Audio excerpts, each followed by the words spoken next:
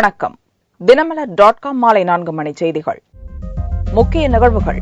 தலைமை தேர்தல் கமிஷனர் சம்பத் சென்னையில் அனைத்து கட்சி தலைவர்களுடன் சந்திப்பு. பணப்பட்டுவாடா குறித்து சரமாரி புகார்.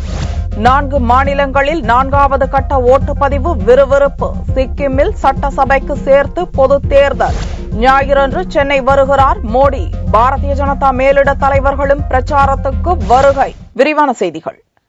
லோக்சபா தேர்தல் தொடர்பாக ஆய்வுக்கு வந்துள்ள தலைமை தேர்தல் கமிஷனர் சம்பத்திடம் தமிழக அரசியல் கட்சியினர் பரஸ்பரம் பணப்பட்டுவாடா குறித்து கடுமையான புகார்களை தெரிவித்துள்ளனர். தமிழகத்தில் வரும் 24ஆம் தேதி நடக்கவுள்ள லோக்சபா தேர்தல் தொடர்பாக தலைமை தேர்தல் கமிஷனர் சம்பத் விரிவான ஆய்வு நடத்த சென்னைக்கு சனிக்கிழமையன்று வந்தார். கிண்டியில் உள்ள தனியார் ஹோட்டலில் அரசியல் கட்சி பிரதிநிதியினருடன் முதலில் தனித்தனியாக ஆலோசனை நடத்தினார். அங்கீகரிக்கப்பட்ட தேசிய கட்சிகளாக காங்கிரஸ், பாரதிய ஜனதா, கம்யூனிஸ்டுகள், பகுஜன் சமாஜ் மற்றும் மாநில கட்சிகளாக அதிமுக, திமுக, தேமுதிக உள்ளிட்ட கட்சி பிரதிநிதிகள் பங்கேற்றனர். ஆளுங்கட்சியான அதிமுக மீது பகிரங்க புகார்களை வாசித்த திமுக மற்றும் தேமுதிக பிரதிநிதிகள் பணப்பட்டுவாடாவை தடுக்க வேண்டும் என்று கோரிக்கை விடுத்தனர். ஆளுங்கட்சி அராஜக போக்குகளை குறித்து அதற்கான ஆதாரங்களை எடுத்துக் கொடுத்தோம். பணம் பட்டுவாடா நடந்து கொண்டிருக்கிறது, ஆளுங்கட்சியினர் செய்து கொண்டிருக்கிறார்கள் என்ற விவரங்களையும் அதற்கான தகவல்களையும் கொடுத்தோம். வேறு ஏதாவது தகவல் இருந்தாலும் உடனே சொல்ல சொன்னாங்க. தீவிரமாக மானிட்டர் பண்ணோன்னு சொன்னோம். இதுதான் நடந்தது. இன்னைக்கு பார்த்தீங்கன்னா காசை கொடுக்கறத கட்டையில் பண்ணுறதுக்கு போலீஸை வச்சு பல ஆக்ஷன்ஸ் எடுக்கணும்னு சொல்லி எங்கள் தரப்புலேருந்து நாங்கள் கொஞ்சம் சஜஷன்ஸ் கொடுத்துருக்கோம் அவருக்கு. நாங்கள் ஏதாவது அது மாதிரி ஒரு சந்தர்ப்பத்தில் பிடிச்சு கொடுத்தா கேண்டிடேட்டை டிபார் பண்ணுவீங்களா, டிஸ்குவாலிஃபை பண்ணுவீங்களான்னு கேட்டோம். கண்டிப்பாக தமிழ்நாட்டில் ஸ்ட்ரிக்ட் ரூல்ஸ் எல்லாம் கொஞ்சம் இம்ப்ளிமெண்ட் பண்ணி அடுத்த 12 நாள் கொஞ்சம் ஆக்ஷன்ஸ் எல்லாம் நாங்க எடுப்போம்னு சொல்லி எங்களுக்கு ஒரு கமிட்மெண்ட்டை கொடுத்திருக்காரு. மார்க்சிஸ்ட் கம்யூனிஸ்ட் கட்சியின் மாநில செயலாளர் ஜி. ராமகிருஷ்ணனும் பணப்பட்டுவாடா குறித்தே புகார் தெரிவித்தார். காங்கிரஸ் கட்சியின் முன்னாள் எம்பி பீட்டர் அல்போன்ஸ் தமிழகத்தில் மது விற்பனை 5% அதிகரித்து விட்டதாகவும் அதை கட்டுப்படுத்த வேண்டும் என்றும் தெரிவித்துள்ளார். அதிமுக சார்பில் எம்பி மைத்ரேயன், துணை சபாநாயகர் பொள்ளாச்சி ஜெயராமன் ஆகியோர் கலந்து கொண்டு வேட்பாளர் செலவினம் குறித்த விதிமுறையை தளர்த்த கோரிக்கை விடுத்தனர். கோவா, அசாம், திரிபுரா மற்றும் சிக்கிம் ஆகிய 4 மாநிலங்களில் உள்ள 7 லோக்சபா தொகுதிகளில் சனிக்கிழமையன்று 4வது கட்டமாக ஓட்டுப்பதிவு நடந்தது. சிக்கிம் மாநிலத்தில் சட்டசபை பொது தேர்தலுக்கான ஓட்டுப்பதிவும் விறுவிறுப்பாக நடந்தது. 2 லோக்சபா தொகுதிகளை கொண்ட கோவாவில் மொத்தம் 19 வேட்பாளர்கள் களத்தில் உள்ளனர். பாரதிய ஜனதா எம்பி ஸ்ரீபத் நாயக், காங்கிரஸ் எம்பி பிரான்சிஸ்கோ சர்தனா ஆகியோர் மீண்டும் போட்டியிடுகின்றனர். திரிபுராவில் மீதமுள்ள ஒரு தொகுதியான திரிபுரா கிழக்கு தொகுதியிலும் சனிக்கிழமையன்று ஓட்டுப்பதிவு நடந்தது. இங்கு மார்க்சிஸ்ட், காங்கிரஸ், திரிணாமுல் காங்கிரஸ், பாரதிய ஜனதா இடையே 4 முனை போட்டி நிலவுகிறது. களத்தில் 12 வேட்பாளர்கள் உள்ளனர். அசாமில் மொத்தம் உள்ள 11 தொகுதிகளில் 6 இடங்களுக்கு ஏப்ரல் 24ஆம் தேதி தேர்தல் நடந்து முடிந்துள்ள நிலையில் மீதமுள்ள 5 தொகுதிகளில் சனிக்கிழமையன்று ஓட்டுப்பதிவு நடந்தது. பயங்கரவாத அச்சுறுத்தல் உள்ள தொகுதிகளில் ஏற்கனவே 17 கம்பெனி பாதுகாப்பு படையினர் பாதுகாப்பில் ஈடுபடுத்தப்பட்டுள்ள நிலையில் ஹெலிகாப்டர்களும் கண்காணிப்பு பணியில் ஈடுபட்டன. சிக்கிம் மாநிலத்தில் உள்ள ஒரே ஒரு லோக்சபா தொகுதியில் 6 பேர் போட்டியிடுகின்றனர். சிக்கிம் மாநிலத்தில் லோக்சபா தேர்தலுடன் இணைந்து சட்டசபை பொது தேர்தலுக்கான ஓட்டுப்பதிவும் நடந்தது. மொத்தம் உள்ள 32 தொகுதிகளில் காங்கிரஸ் அனைத்து இடங்களிலும் வேட்பாளர்களை நிறுத்தியுள்ளது. பாரதிய ஜனதா 13 இடங்களிலும், திரிணாமுல் காங்கிரஸ் 7 இடங்களிலும் போட்டியிடுகின்றன. திரிபுராவை தவிர மற்ற மாநிலங்களில் மாலை 6 மணி வரையிலும், திரிபுராவில் மட்டும் மாலை 5 மணியுடன் ஓட்டுப்பதிவு நிறைவடைந்தது. பாரதிய ஜனதா பிரதமர் வேட்பாளர் நரேந்திர மோடி தமிழகத்தில் மீண்டும் பிரச்சாரத்திற்கு வரவுள்ளதாக மேலிட பார்வையாளர் அறிவித்துள்ளார். சென்னையில் பாரதிய ஜனதா கட்சி மாநில அலுவலகமான கமலாலயத்தில் செய்தியாளர்களை சனிக்கிழமையன்று கட்சியின் தேசிய பொதுச் செயலாளர் முரளிதர ராவ் சந்தித்தார். பாரதிய ஜனதா தலைமையிலான கூட்டணியில் எந்தவொரு குழப்பமும் இல்லை என்று தெரிவித்த அவர், தேர்தல் தேதி அறிவிக்கப்பட்ட பின் முதல் முறையாக தமிழகத்திற்கு தேர்தல் பிரச்சாரத்துக்காக மோடி ஞாயிறன்று சென்னை வருவதாக தெரிவித்தார். Shri Narendra Modi is visiting tomorrow Chennai. He will address a gathering in South Chennai Parliamentary Constituency tomorrow evening. He will talk about the concerns of Tamil Nadu, Tamil people, both. நாட்டின் அனைத்து தரப்பு மக்களின் நம்பிக்கையையும் இழந்தவர் காங்கிரஸ் கட்சியின் சிதம்பரம் என்று முரளிதர ராவ் கூறினார். மேடையில் முப்பரிமாணத்தில் தோன்றி மோடி மேற்கொண்ட நவீன பிரச்சார யுக்தியும் பொதுமக்களை கவர்ந்துள்ளது. இதில் அதிக ஓட்டுப்பதிவுக்கு மோடி பிரச்சாரம் செய்தார். பாரதிய ஜனதாவின் பிரதமர் வேட்பாளராக அறிவிக்கப்பட்டுள்ள நரேந்திர மோடி நாடு முழுவதும் சூறாவளியாக சுழன்று பிரச்சாரம் செய்து வருகிறார். ஆனாலும் நாட்டின் பல்வேறு பகுதிகளுக்கு அவர் நேரிடையாக செல்ல நேரமில்லை. இதனால் நவீன தொழில்நுட்பத்தை தேர்வு செய்த மோடி மேடையில் முப்பரிமாணத்தில் தோன்றி பிரச்சாரம் செய்தார். ஒரே நேரத்தில் 100க்கும் மேற்பட்ட இடங்களில் முப்பரிமாண பிரச்சாரம் மேற்கொண்ட மோடி தாமரை மீதான அன்பை வெளிப்படுத்த பாரதிய ஜனதாவுக்கு ஓட்டளிக்க கேட்டுக் கொண்டார். आज मैं 3D के माध्यम से आप सबसे प्रार्थना करने आया, आग्रह करने आया हूं, अधिकतम मतदान हो, गर्मी कितनी ही क्यों न हो, मतदान हो। भाइयों बहनों, आपके दिमाग में कमल हो, आपकी जुबान पर कमल हो, आपके दिल में कमल हो, लेकिन मतदान के दिवस ये कमल उंगली पे उतरना चाहिए. 40 அடி உயரம், 40 அடி அகலம், 35 அடி நீள வாக்கில் முப்பரிமாணத்தில் மோடி தோன்றும் வகையில் மேடை அமைக்கப்பட்டிருந்தது. இரவு நேரத்தில் நடந்த இந்த பிரச்சாரத்திற்காக மேடையில் அமைக்கப்பட்டிருந்த ஹாலோகிராம் ஒளிபரப்பு கருவி மோடியை மக்கள் முன் முப்பரிமாணத்தில் கொண்டு வந்தது. மோடியின் இந்த அதிநவீன தொழில்நுட்பத்திலான பிரச்சாரம் இளைஞர்களை பெரிதும் கவர்ந்துள்ளது. உயர்த்தப்பட்ட பட்டாசு ஆலை கிடங்கு உரிமை கட்டணத்தை திரும்ப பெற பிரதமருக்கு கடிதம் மூலம் கோரிக்கை விடுத்துள்ள முதல்வர் ஜெயலலிதா, சீன பட்டாசு கடத்தலை தடுக்காத மத்திய அரசு தமிழக பட்டாசு உற்பத்தியாளர் நலனுக்கு எதிராக செயல்படுவதாகவும் குற்றம் சாட்டியுள்ளார். தமிழக முதல்வர் ஜெயலலிதா சனிக்கிழமையன்று பிரதமர் மன்மோகன் சிங்கிற்கு அவசர கடிதம் ஒன்றை அனுப்பி வைத்துள்ளார். கடந்த மார்ச் மாதத்திலிருந்து பட்டாசு ஆலை கிடங்குகளுக்கான உரிம கட்டணம் 15,000 ரூபாயிலிருந்து 4 லட்சம் ரூபாயாக உயர்த்தப்பட்டதையும், போர்மேன் உரிமம் புதுப்பிப்பு கட்டணம் 100 ரூபாயிலிருந்து 3,000 ரூபாயாக உயர்ந்துள்ளதையும் தனது கடிதத்தில் சுட்டிக்காட்டியுள்ளார். இவற்றை கண்டித்தும் பட்டாசு தொழிலை வெடிப்பொருட்களுடன் சேர்க்காமல் தனி விதிகளை வகுக்க வேண்டும் என்று வலியுறுத்தியும் பட்டாசு உற்பத்தியாளர்கள் கடந்த 9ஆம் தேதி முதல் வேலை நிறுத்த போராட்டத்தில் ஈடுபட்டிருப்பதையும் பிரதமர் கவனத்திற்கு கொண்டு வருவதாக தெரிவித்துள்ளார். மேலும் தேர்தல் தேதி அறிவிக்கப்பட்ட பின்னர் இதுபோன்ற நடவடிக்கையில் மத்திய அரசு ஈடுபட்டிருப்பது விதிமுறை மீறல் என்றும் ஜனநாயகத்தை கேலிக்கூத்தாக்குவதாகும் என்றும் கூறியுள்ள முதல்வர் ஜெயலலிதா, இந்திய பட்டாசு உற்பத்தியில் 80% தமிழகத்தில் உற்பத்தியாகிறது என்றும் வேலை நிறுத்த போராட்டத்தால் பல கோடி ரூபாய் மதிப்புள்ள உற்பத்தி பாதிக்கப்பட்டுள்ளதாகவும் தெரிவித்துள்ளார். கட்டண உயர்வை திரும்பப் பெற வேண்டும் என்று பிரதமரை வலியுறுத்தியுள்ள முதல்வர் ஜெயலலிதா, சீன பட்டாசுகளை இந்தியாவிற்குள் கடத்தி கொண்டு வருவதை மத்திய அரசு தடுக்க வேண்டும் என்றும், சீன பட்டாசு தடை செய்யப்பட்ட வெடிப்பொருட்களில் தயாரிக்கப்படுபவை என்றும் கூறியுள்ளார். தமிழக பட்டாசு உற்பத்தியாளர்களின் நலனுக்கு எதிராக மத்திய அரசு செயல்படுவதாகவும் அந்த கடிதத்தில் முதல்வர் ஜெயலலிதா குற்றம் சாட்டியுள்ளார்.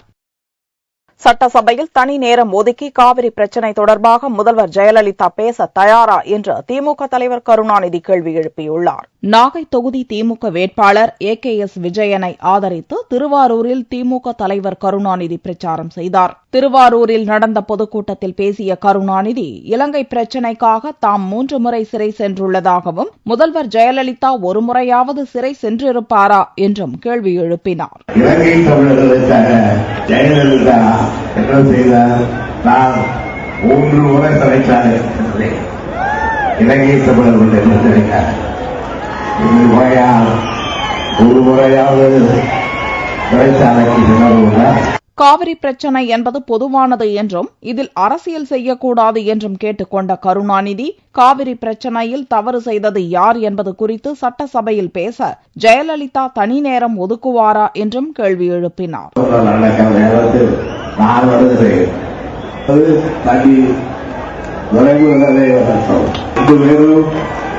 இந்த காவேரி பிரச்சனை பற்றி வானவரம் செய்ய நேரம் ஒதுக்கலாம். ஒதுக்கி அதை விவாதித்து யார் தவறு செய்தார்கள், யார் நியாயமாக நடந்து கொண்டார்கள், யார் தன்னுடைய உரிமைகளை கோரிக்கை முயற்சித்தார்கள் என்ற உண்மை நாட்டிற்கு விளக்கின்றோம். தொடர்ந்து பேசிய திமுக தலைவர் கருணாநிதி, பெங்களூரு சொத்து குவிப்பு வழக்கு தொடர்பாக அரசு வக்கீல் தெரிவித்ததாக கூறி முதல்வர் ஜெயலலிதாவின் சொத்து பட்டியலையும் பொதுக்கூட்டத்தில் வாசித்தார். அரசு குடிநீர் விற்பது ஒரு தாய் குழந்தைக்கு தாய்ப்பாலை விற்பதற்கு சமம் என்று திமுக பொருளாளர் வருத்தம் தெரிவித்தார். விழுப்புரம் மாவட்டம் செஞ்சியில் ஆரணி தொகுதி திமுக வேட்பாளர் சிவானந்தத்தை ஆதரித்து கட்சியின் பொருளாளர் ஸ்டாலின் திறந்த வேனில் பிரச்சாரம் செய்தார். திமுக ஆட்சியில்தான் அதிகளவு கூட்டு குடிநீர் திட்டம் செயல்படுத்தப்பட்டதாகவும் எந்த நாட்டிலும் அரசு குடிநீர் விற்கவில்லை, தமிழகத்தில்தான் அந்த அவலம் நிலவுவதாக தெரிவித்த ஸ்டாலின், ஒரு அரசு மக்களுக்கு குடிநீர் விற்பது ஒரு தாய் தன் குழந்தைக்கு தாய்ப்பால் விற்பதற்கு சமம் என்று அவர் வருத்தம் தெரிவித்தார். ஆனா இன்னைக்கு குடிநீரை விற்கக்கூடிய கொடுமை எங்கேயாவது நடக்க, பக்கத்தில் இருக்கக்கூடிய கர்நாடக மாநிலம், ஆந்திர மாநிலம், இங்க இருக்கக்கூடிய புதுவை மாநிலம், எங்கேயாவது தண்ணிய வியாபாரிகள் விற்கிறாங்க, பிசினஸுக்கு பிரைவேட் கம்பெனி அவங்கவுங்க விற்கிறாங்க, அது வேற. ஆனா அரசாங்கம் விற்கிற ஒரு கேடுகட்ட நிலை இந்தியாவிலேயே தமிழ்நாட்டில் தான், ஜெயலலிதா ஆட்சியில தான் இன்னைக்கு நடந்துட்டு இருக்கு. தவிச்ச வாய்க்கு தள்ளி கொடுங்குவாங்க. இதை விட கொடுமை என்னன்னா, ஒரு தாய் தன்னுடைய குழந்தைக்கு தாய்ப்பாலை கொடுக்கறதுக்கு காசு கொடுத்தா தாய்ப்பாலை கொடுப்பாங்க. லோக்சபா தேர்தலில் சிறுபான்மையினருக்கு அதிக இடங்களை கொடுத்தது திமுக தான் என்றும் மற்ற கட்சியினர் சிறுபான்மையினருக்கு விரோதிகளாக உள்ளதாகவும் ஸ்டாலின் தெரிவித்தார். கோவை அருகே பெய்த ஆலங்கட்டி மழையில் விழுந்த ஐஸ் கட்டிகளை சிறுவர்கள் எடுத்து குதூகலமாக விளையாடினர். கோவை மாவட்டத்தில் கடந்த சில மாதங்களாக கடும் வெயில் வாட்டி வதைத்தது. இந்நிலையில் கோவையில் திடீரென்று வானம் இருண்டு மழை பெய்தது. நகர்ப்புறங்களில் லேசான மழை பெய்த நிலையில் தொண்டாமுத்தூர் பகுதியில் ஐஸ் கட்டிகளுடன் ஆலங்கட்டி மழை பெய்தது. மழையுடன் தெரித்து விழுந்த ஐஸ் கட்டிகளை எடுத்து சிறுவர்கள் குதூகலத்துடன் விளையாடினர். அங்கிருந்து வேசன்ட் வரையில் சரியாமே வெயிலா இருந்துச்சுங்க. எல்லாம் வேப்ப தலை பிடி தலைக்கு வச்சுட்டு வந்தாங்க, வெளிக்கு போயிருக்காம. இங்க வந்து பார்த்தா 10 நிமிஷத்துக்குள்ளேங்க மழை, செம்மையான மழை, காமரிக்காலோட எல்லாம் குழந்தை குழந்தைங்களும் ஒரே கொண்டாட்டமா எல்லாம் பொறிக்கால சாப்பிடும் சாமி. சூடு தண்ணிக்கு காமரிக்கால சாப்பிட்டோம்னா உடம்பு குளிர்ச்சி, சூடும் பிடிக்காதுன்னு சொல்லிட்டு எல்லாம் குழந்தைக்கால சொல்லி நாங்களாம் பொறிக்கு சாப்பிட்டாங்க. ஒரே சந்தோஷமா இருக்கு. கடந்த சில மாதங்களாக வெயிலில் வாடிய கோவை மக்கள் திடீரென்று பெய்த மழையால் வெப்பத்திலிருந்து மீண்டனர். விழுப்புரம் மாவட்டம் மயிலம் முருகன் கோவிலில் பங்குனி உத்திர தேர் திருவிழா வெகு விமர்சையாக நடந்தது. விழுப்புரம் மாவட்டம் மயிலம் முருகன் கோவில் மிகவும் பிரசித்தி பெற்றது. இக்கோவிலில் பங்குனி உத்திர தேர் திருவிழா கடந்த 4ஆம் தேதி கொடியேற்றத்துடன் துவங்கியது. முக்கிய நிகழ்ச்சியான தேரோட்டம் சனிக்கிழமையன்று கோலாகலமாக நடந்தது. முன்னதாக மயிலம் பொம்மபுரம் ஆதீனம் சிவஞான பாலய சுவாமிகள் தேரின் வடம் பிடித்து இழுத்து தேரோட்டத்தை துவக்கி வைத்தார். இந்த தேரோட்ட திருவிழாவில் ஆயிரக்கணக்கான பக்தர்கள் கலந்து கொண்டு சுவாமி தரிசனம் செய்தனர். தங்கத்தின் விலையில் சனிக்கிழமையன்று சவரனுக்கு 40 ரூபாய் அதிகரித்திருந்தது. ஒரு சவரன் தங்கம் 22,264 ரூபாய்க்கு விற்பனையானது. 1 கிராம் ஆபரண தங்கம் 2,783 ரூபாயாக இருந்தது. வெள்ளி கிராமுக்கு 10 காசுகள் குறைந்து 1 கிராம் 46 ரூபாய் 40 காசுகளுக்கு விற்பனையானது. பார் வெள்ளியின் விலை 43,335 ரூபாயாக இருந்தது. ஏறத்தாழ 50 ஆண்டுகளுக்கு முன்னர் பிரிந்து சென்ற சகோதரிகள் சென்னையில் சந்தித்துக் கொண்ட சம்பவம் நெகிழ்ச்சியை ஏற்படுத்தியுள்ளது. ராமநாதபுரம் மாவட்டம் முதுகுளத்தூரைச் சேர்ந்த சுப்பையா ராமாயி தம்பதியினர் தங்களது 9 வயது மகள் காளியம்மாளுடன் பிழைப்பு தேடி 1947ஆம் ஆண்டு அன்றைய பர்மாவுக்கு சென்றனர். பர்மாவில் இந்த தம்பதிக்கு பஞ்சவர்ணம் உட்பட மேலும் 3 குழந்தைகள் பிறந்தன. காளியம்மாள் மற்றும் பஞ்சவர்ணத்திற்கு பர்மாவிலேயே திருமணம் முடிந்த நிலையில் கைக்குழந்தை மற்றும் கணவருடன் பஞ்சவர்ணம் தமிழகம் திரும்ப வேண்டிய நிலை ஏற்பட்டது.